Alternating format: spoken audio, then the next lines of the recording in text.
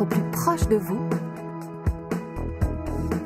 France 3 bouscule ses programmes et donne exceptionnellement la priorité à un événement de votre région.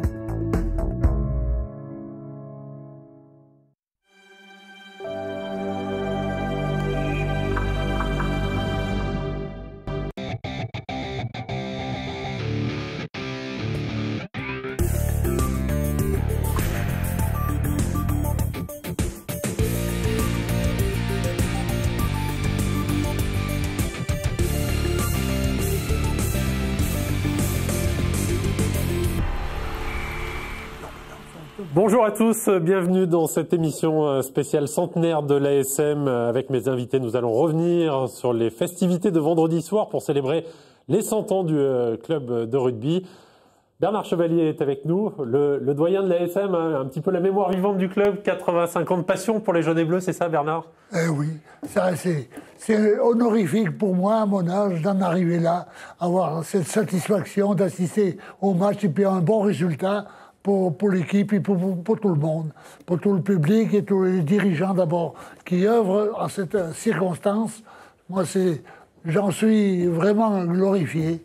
Merci à vous tous. Bien sûr, on va revivre avec vous les plus belles histoires, tourner les plus belles pages de cette histoire du club. Gilles Darlet est également à nos côtés. Bonjour Gilles. Belle fête vendredi soir avec les anciens du club. Vous avez partagé ce moment avec beaucoup de joueurs. Oui, la fête on l'aime par essence, ça fait partie de la culture rugby, et en plus à se retrouver avec toutes ces générations-là, en découvrir certains, en revoir d'autres, c'était un grand moment, oui. Autre figure du club, Jean-Pierre Romeu est avec nous. Jean-Pierre, président de l'association des anciens joueurs, de l'amicale des anciens joueurs de l'ASM. Vous avez beaucoup œuvré pour célébrer ce centenaire? Ah oui, il y a eu beaucoup de travail, puisqu'il a fallu inviter tous les joueurs qui avaient joué au club. Malheureusement, on en a oublié. Bon, il y en a 200 qui ont répondu, mais je pense particulièrement à Lilian Carias. Je sais qu'il n'est pas très content, il a raison, parce qu'on l'a oublié. Mais ça arrive, il y avait beaucoup de joueurs, évidemment. Il y avait beaucoup de joueurs, donc on va essayer de rattraper ça. Jacques Pinault est également avec la double casquette, d'ancien joueur de l'ASM, évidemment, dans les années 70, et puis de vice-président actuel du club. Le club souhaitait fêter ce centenaire.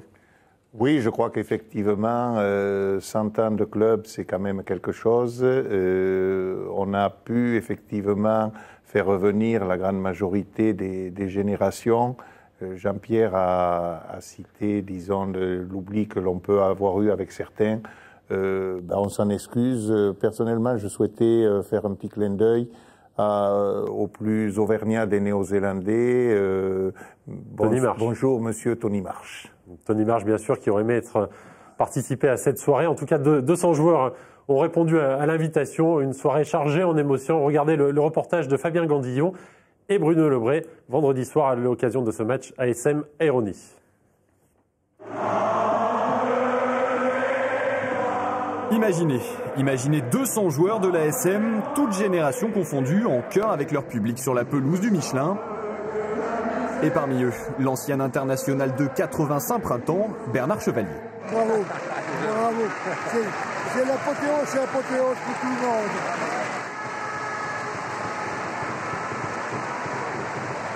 Et c'est fort, c'est formidable.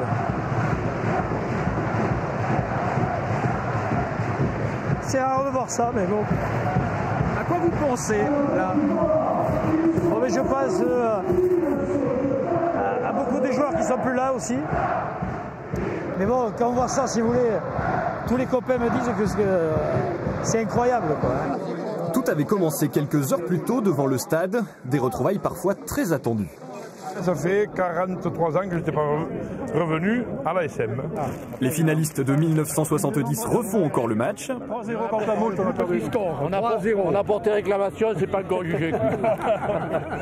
Et pendant ce temps, Bernard Chevalier, dit Dada, explique à Olivier Merle les secrets de la deuxième ligne. Pas de risque, c'est des bonnes carrières. Après, vous devriez venir. Je retrouve je ne sais combien de générations de joueurs que j'ai entraînés et que j'avais perdu de vue, parce que quand même je suis parti depuis 1987, donc ça fait quand même beaucoup. Et mon problème à l'heure actuelle, c'est d'essayer de restituer un peu tous les joueurs que je rencontre pour savoir qui jouait avec qui, quoi, parce que j'ai des difficultés maintenant à tous les restituer, quoi. Des souvenirs encore, au moment de fouler à nouveau la pelouse, le temps d'une photo historique. Qu'est-ce qui a changé dans ce stade depuis le temps où vous jouiez? Pas beaucoup, il est plus chic, c'est tout. Il est plus chic. Et le gazon n'était pas aussi beau. Le premier souvenir que j'en ai, c'était mon premier match contre Vichy. Première minute de jeu et premier essai. Voilà, donc c'est anecdotique, mais bon, voilà, c'est sympa. Autant d'anecdotes qui ont de quoi nourrir un grand repas de famille jaune et bleu. Entre les plats, les mémoires tournent à plein régime. Tout le monde a répondu présent et j'avoue franchement que quelle flatterie de retrouver des potes d'il y a 30 ans. Un dîner qui aurait probablement pu aller jusqu'au bout de la nuit s'il n'y avait eu le match. Pendant que l'ASM s'en va offrir une très large victoire à ses anciens face aux Italiens d'Aironi, les anciens, eux, observent, ils philosophent même sur l'évolution du jeu. On n'était pas si bon, on n'était pas si... Beaucoup de choses, mais le ballon, quand on l'avait, on le gardait. Tout a changé d'abord au niveau du rugby. On peut même dire que c'est pas le même sport. D'abord au niveau des règles, ça a beaucoup évolué. Au niveau de la préparation des joueurs, bien sûr. Pensez que moi, quand je suis arrivé à la SM en 76, on s'entraînait 2 à 3 fois par semaine, pas plus, quoi. Après le boulot, on venait passer de 19 à 21 heures sur le stade pour s'entraîner. Et si le rugby a bien changé, le public clermontois, lui, reste l'un des plus fidèles. Un 16e homme qui fait lui aussi l'identité de ce club depuis 1911. Jean-Pierre Romeu, on l'a vu, hein, il y avait beaucoup d'émotions. Il y en a encore en revoyant ces images. Il y a beaucoup de plaisir. Hein. Ouais, c'était super sympa parce que bon, en plus, il y a eu une adhésion totale des supporters. Et bon, ça on le savait, mais enfin, au-delà de ça, même les jeunes joueurs nous ont dit que c'était formidable d'avoir réuni autant de monde et autant de générations. Bernard, on l'a vu, hein, il y a des joueurs que vous n'aviez pas revus depuis des années, forcément. Hein. C'était splendide au possible, la présentation des joueurs. Je parle de résultats avant tout. Premièrement, ça, on est comblé pour le public de Clermont. Je n'attendais pas moins, premièrement. Et moi, en tant qu'ancien joueur, je suis dépassé, je suis débordé. Débordé de satisfaction, en toute franchise. Et c'est vrai que ce plaisir, y compris sur le parking avant le match, hein, on le voyait bien, il y avait beaucoup de choses à se raconter entre joueurs, hein, Gilles, il y avait plein d'anecdotes. C'est vraiment des liens d'amitié très forts, hein, c'est en tout cas ce qu'on perçoit de l'extérieur. Ben, oui, ça ramène à la source du rugby. Hein. Le rugby, à la base, ça permet aux hommes de se construire, de grandir ensemble. C'est pour ça que ce sport, on l'aime. Donc on s'est retrouvés avant, pendant, et puis pour certains, longtemps après aussi. Et puis en plus, alors ce feu d'artifice, on peut remercier les partenaires de l'ASM, l'entreprise en mêlée, d'avoir organisé avec Jean-Pierre et les équipes ce magnifique feu de lumière qui est venu porter une apothéose à cette journée, quoi. Alors on va revoir des images hein, de ce match. Bernard, vous aviez donné le coup d'envoi avec le plus jeune licencié du club. Hein. On va revoir quelques images de ça avant le match. C'était gentil, bien sûr, mais peut-être que d'autres joueurs auraient mérité autant d'honneur que moi. Mais pour ce petit gamin, le plus jeune, tout au moins de la corporation de joueurs de rugby, qui se rappelle qu'il ait souvenance au moins de son ensemble, enfin de l'entourage qu'il a reçu. C'est un truc de mémoire à relever. Vous savez, nous autres, en tant que... Moi, je suis pas tellement bien conçu pour me rappeler certains souvenirs. La mémoire s'estompe avec l'âge, mais c'est du tonnerre. Je vois l'évolution qui s'est produite, si bien en tant que joueur, en tant que règle de jeu, d'arbitrage et tout, et de comportement des joueurs, c'est sensationnel. Moi, j'admire ces jeunes qui en profitent au maximum, d'abord, premièrement. Et puis, pour les dirigeants, c'est une satisfaction d'un autre côté aussi. Nous, moi, je suis la pièce rapportée de vieille date, de 50, vous savez, le rugby a évolué, et bien j'en apprécie toutes les festivités. C'est gentil de votre part. Et forcément, les images du match vous font plaisir également. Jean-Pierre, avec ce jeu hein, qui évolue forcément, comment vous l'appréciez, vous, les anciens joueurs, hein, cette évolution du rugby sur le terrain avec des joueurs qui vont très vite hein, c'est toujours impressionnant, forcément, oui, physiquement. C'est physiquement que le jeu a le plus évolué? Oui, physiquement, bon, ils vont plus vite, je pense, parce qu'ils s'entraînent tous les jours, ils sont beaucoup plus costauds que ce qu'on était. Et je crois que le jeu quand même est agréable, parce que les règles ont été, mettons la touche, c'est mieux que de l'époque de Bernard, ou de notre époque, où on jetait le ballon, tout le monde sautait, tout le monde se poussait. C'est plus clair, c'est plus net. Bon, non, je trouve que le rugby, c'est bien rangé. 8 essais face aux Italiens. Et Jacques, vous êtes un petit peu des deux côtés de la barrière. Vous appréciez cette évolution, vu de l'intérieur aussi? C'est complètement différent dans les méthodes de préparation, forcément. Hein. Oui, je crois qu'effectivement, le rugby est différent. Le jeu reste quand même le même. Comme le disait Joseph Salah, quand ils ont le ballon, ils le gardent, ils le passent. Regarde, on voit des mouvements, disons, d'effacement, on voit des mouvements de débordement. Et on voit également aussi du physique qui, compte tenu des gabarits des joueurs, peut faire mal. Et on voit de temps en temps quand même des blessures. Regardez le jeune Butin qui se permet des cadrages débordements ou des feintes à l'intérieur. Maintenant, l'esprit n'a pas tellement changé. Et je tiens à faire remarquer que les joueurs qui avaient joué le match ont coupé leur séance de récupération pour venir se joindre à la fête de tous les joueurs. Et donc ça, dans l'esprit, dans la tête, les joueurs d'aujourd'hui sont les mêmes que ceux d'il y a 60 ans, n'est-ce pas, Dada? C'est la même chose. Oui, c'est vrai, Gilles, vous constatez que cette évolution, même si le jeu a beaucoup changé, il y a toujours cet esprit rugby, comme on dit? Ouais, enfin, moi je pense, contrairement à Jacques, que les choses ont quand même changé, évolué, même si les mecs c'est des bons gars. Aujourd'hui, quand même, les structures, l'infrastructure, le monde économique a pris le pas sur les vraies valeurs du rugby. Et forcément, les joueurs sont des vrais professionnels, raisonnent comme des vrais professionnels et se retrouvent peut-être un peu moins que nous à l'époque.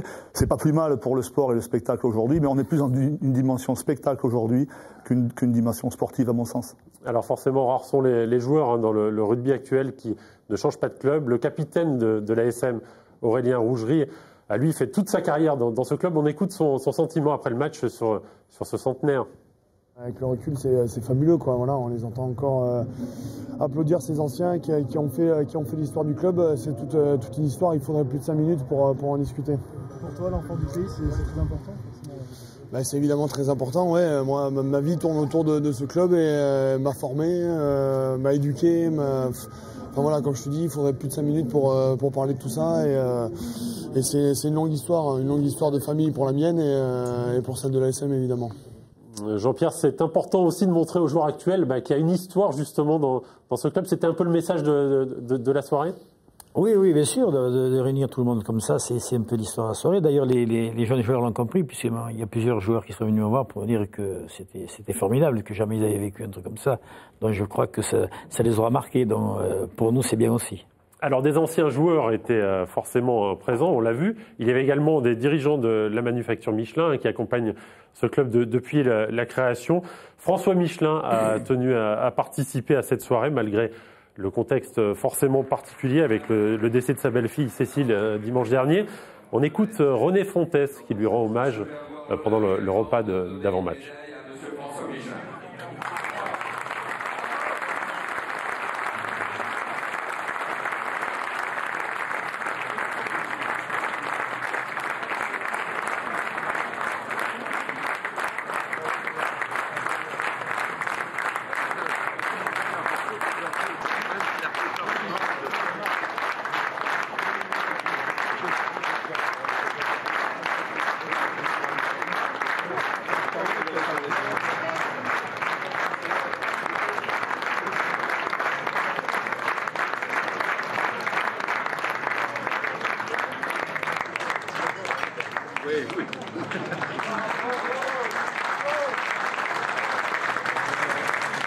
Je voudrais vous dire que lorsque nous étions dans l'entreprise, tous les deux, on parlait peu de rugby.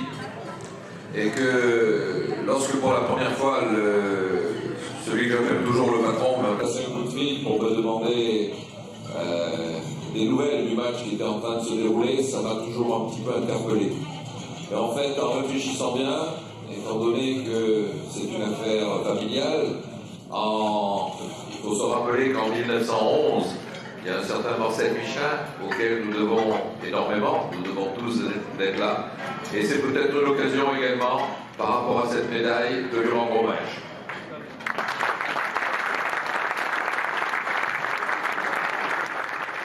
Voilà, François Michelin, heureux de participer à ce centenaire. Il nous a confié quelques mots sur ce club et son attachement à ce club, juste avant le match. Écoutez François Michelin.